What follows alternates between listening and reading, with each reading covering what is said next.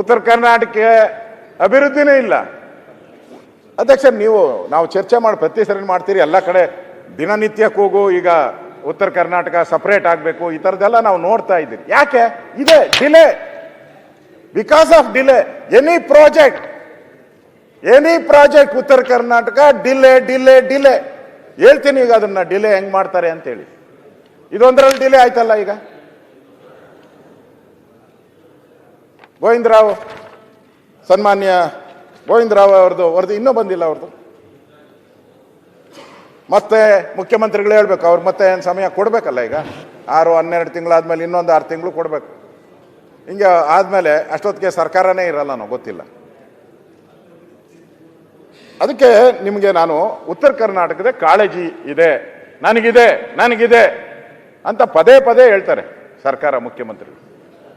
ಇದರಲ್ಲಿ ನಾನು ಹೇಳಿದೆ ಅವಾಗ ಗೇಟು, ಸನ್ಮಾನ್ಯ ಸಭಾಧ್ಯಕ್ಷರೇ, ಗೇಟ್ ರಿಪೇರಿ ಮಾಡೋದ್ರಲ್ಲಿ ಅವರು ಮಾಡಕ್ಕಾಗಿಲ್ಲ. ತುಂಗಭದ್ರಾ ಗೇಟು ಒಂದು ಉದಾಹರಣೆ ನಾನು ಕೊಟ್ಟಿದ್ದೀನಿ.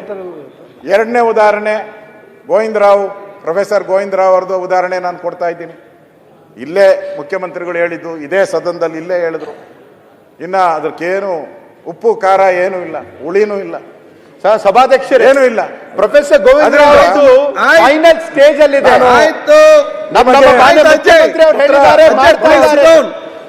ಅವ್ರು ಕೂಡ ಫೈನಲ್ ಸ್ಟೇಜ್ ಅಲ್ಲಿ ಅಂತ ಹೇಳಿದ್ರೆ ಮುಟ್ಟಿಲ್ಲ ಅಂತ ಹೇಳುದು ಅಷ್ಟೇ. ಸರ್ 1.5 ವರ್ಷ ಪ್ರೊಫೆಸರ್ ಕೂತ್ಕೊಳ್ಳಿ. 2 ಉದಾಹರಣೆಯನ್ನ ಕೊಟ್ಟಿದ್ದೀನಿ.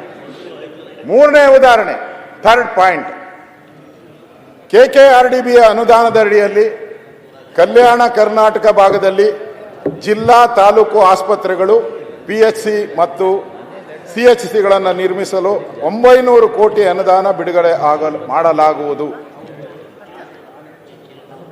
2024 ಬೆಳಗಾವಿಯ ಅಧಿವೇಶನದಲ್ಲಿ ಘೋಷಣೆ ಮಾಡಲಾಗಿತ್ತು. ಮಾಡಿದ್ರು, ಸ್ವಾಗತ ಮಾಡ್ತೀನಿ.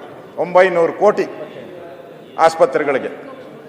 ನೀವು ಮೋಸ್ಟ್ಲಿ ನೆಕ್ಸ್ಟ್ ಅಲ್ಲಿ ಹೋಗ್ಬೋದನ್ನೋ ಗೊತ್ತಿಲ್ಲ, ಹಂಗಂತ ಪತ್ರಿಕೆಯಲ್ಲೆಲ್ಲ ಬರೀತಾ ಇದ್ರು, ಗೊತ್ತಿಲ್ಲ ನಿಮ್ಮ ಇಂಟ್ರೆಸ್ಟ್ ಏನಾಯ್ತೋ ನನಗೆ ಗೊತ್ತಿಲ್ಲ. ಆಯ್ತು, 900 ಕೋಟಿ. ಅದಾದಮೇಲೆ ವಿಶೇಷ ಸಚಿವ ಸಂಪುಟದ ಸಭೆ ಆಯಿತು ಕಲಬುರಗಿಯಲ್ಲಿ. ಅಲ್ಲೂ ಅದಕ್ಕೆ ಅನುಮೋದನೆ ಕೊಟ್ಟರು. ಎಷ್ಟು ಹಣ ಬಿಡುಗಡೆ ಆಗಿದೆ ಅಂತ ನಾನು ಪ್ರಶ್ನೆ ಕೇಳೋದಷ್ಟೇ.